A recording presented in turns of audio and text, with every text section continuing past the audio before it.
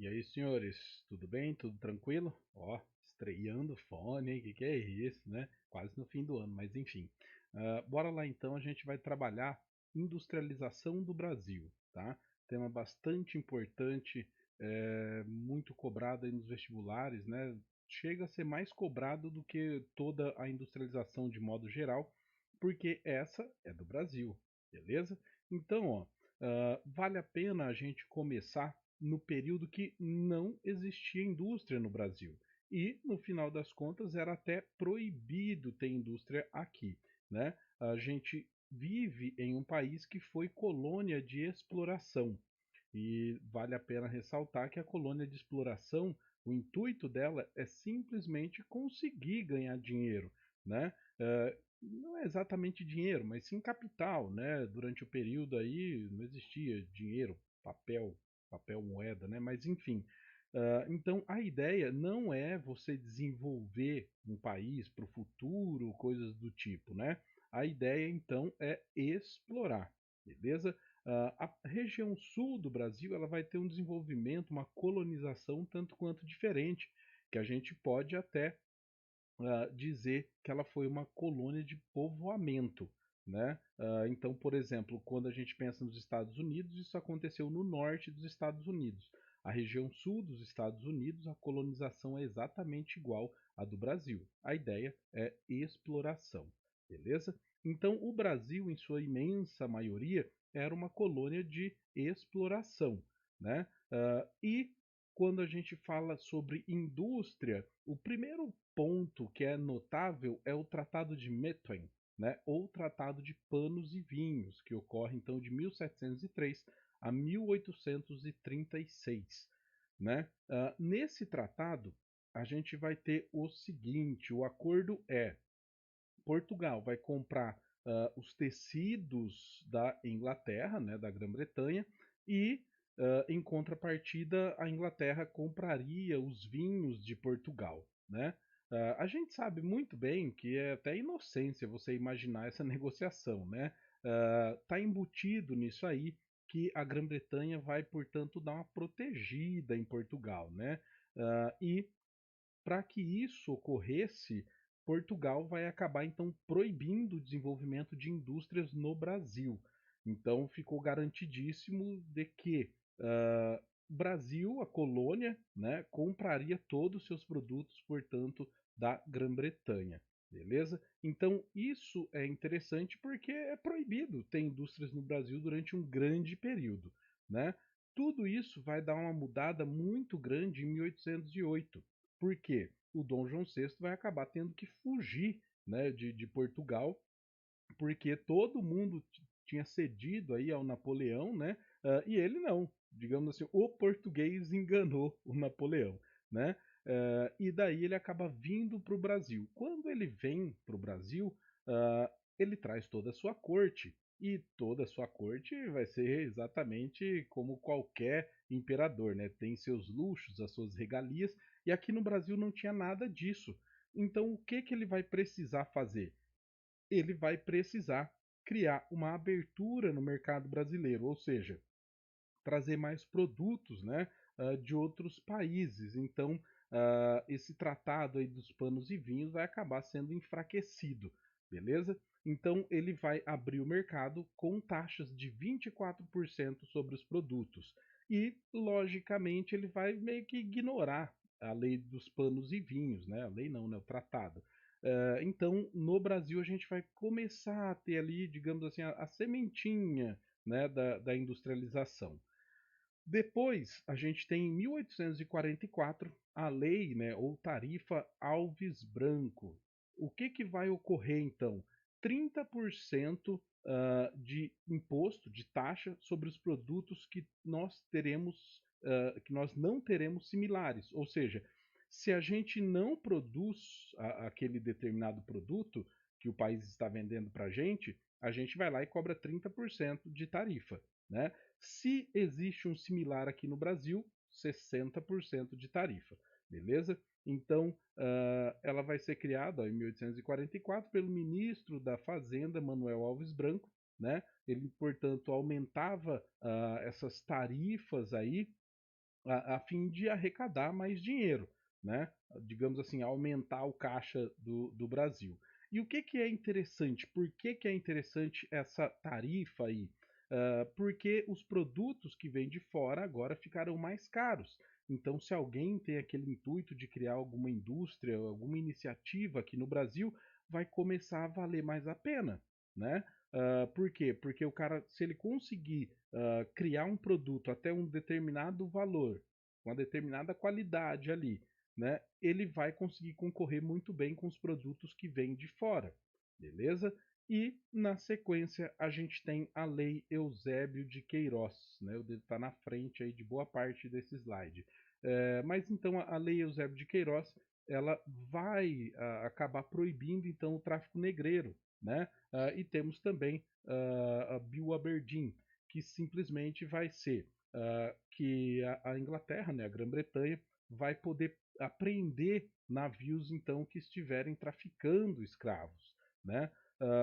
Esse conjunto aí de leis é o que a gente chama de para inglês ver, né? Porque o Brasil criou aí essa lei, né? Mas ele já estava protelando há muito tempo, né? É, nós sabemos que o Brasil possui um recorde negativo, que foi o país que por último aboliu a escravidão, mesmo sob pressão da Grã-Bretanha, uma forte pressão, né? Mas essa lei Eusébio de Queiroz, ela vai trazer uma questão bastante interessante, tá? Nós não vamos parar por aqui não, vamos seguir, ó. A gente tem a partir dela, né, em 1850, a gente começa a primeira fase de industrialização do Brasil, que é a fase de implantação. Por quê? Porque a gente vai ter várias questões que vão se combinar, né? O Brasil já sabia, né, os seus grandes capitalistas ali, na verdade seus poucos, né, já sabiam que a escravidão estava condenada, ela ia acabar. Tanto é que a gente tem dentro desse período aí a lei de terras, né, várias, digamos assim, iniciativas para conter a população pobre, para que ela não conseguisse, digamos assim, dar um salto, né? Então, por exemplo, a lei de terras tenta acabar com esse problema, que seria o seguinte: eu acabo com a escravidão. Os escravos se juntam, se eles conseguirem terras, eles vão produzir muito, meu, eles vão ganhar dinheiro, eles vão subir aí na classe social, digamos assim, né? Então, o que ocorre? A gente vai ter praticamente aí o fim da escravidão, a gente vai acabar com o segundo produto mais caro desse período. Se você for pensar na economia brasileira, vai ser o produto mais caro, porque o primeiro era a caravela, mas ela já estava meio fora de moda, porque a gente já tinha os barcos a vapor, né? Então, o fim do comércio escravagista vai liberar então uma grande quantidade de capital. Beleza. Se você então não tem mais o escravo, você pode investir em outros pontos, em outras questões.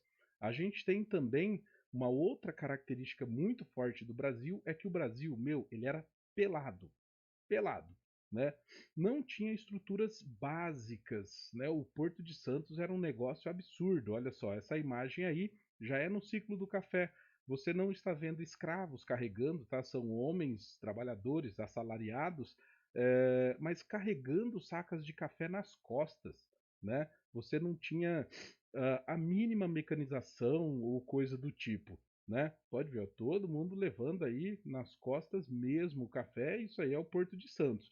A primeira iniciativa para começar a desenvolver estruturas como ferrovias aqui no Brasil vem exatamente do Barão de Mauá, né? Essa aí é a estrada de ferro de Santos a São Paulo, uma estrada de ferro que é fundamental para o desenvolvimento do Brasil, né? Caríssima, a obra bastante complicada, mas sem ela São Paulo nunca seria o que é, né? A gente vai ter então o Barão de Mauá investindo pesado nessa questão e já ocorrendo aí no mesmo período, né? Praticamente a gente começa a ter a entrada dos imigrantes. Então, eu aumento o número de trabalhadores assalariados, aumenta o número de pessoas, né? Melhora as estruturas, né? Como a construção da primeira estrada do Brasil, olha, uma estrada para o futuro. Beleza, que bom, né? E outras estruturas, como a fábrica de gás no Rio de Janeiro, não existia, não tinha no Brasil, né? Era tudo na lamparina mesmo. O Brasil comprava ou querosene ou óleo de baleia para fazer a iluminação das suas cidades, né? E note você que esse período aí, ó, a gente já está falando praticamente da segunda revolução industrial nos países desenvolvidos. E o Brasil? O Brasil estava praticamente dentro do feudalismo ainda, né? Então, a gente vai começar a ter o desenvolvimento aí de estradas, né? Isso é estrada, não é rodovia, tá bom? Os caras abrem uma picadona lá que é para a galera passar a cavalo ou a pé. Não tem jeito, né? Não existe uma outra possibilidade. E a chegada dos imigrantes vai acabar, digamos assim, dando o impulso para essa implantação das indústrias aqui no Brasil.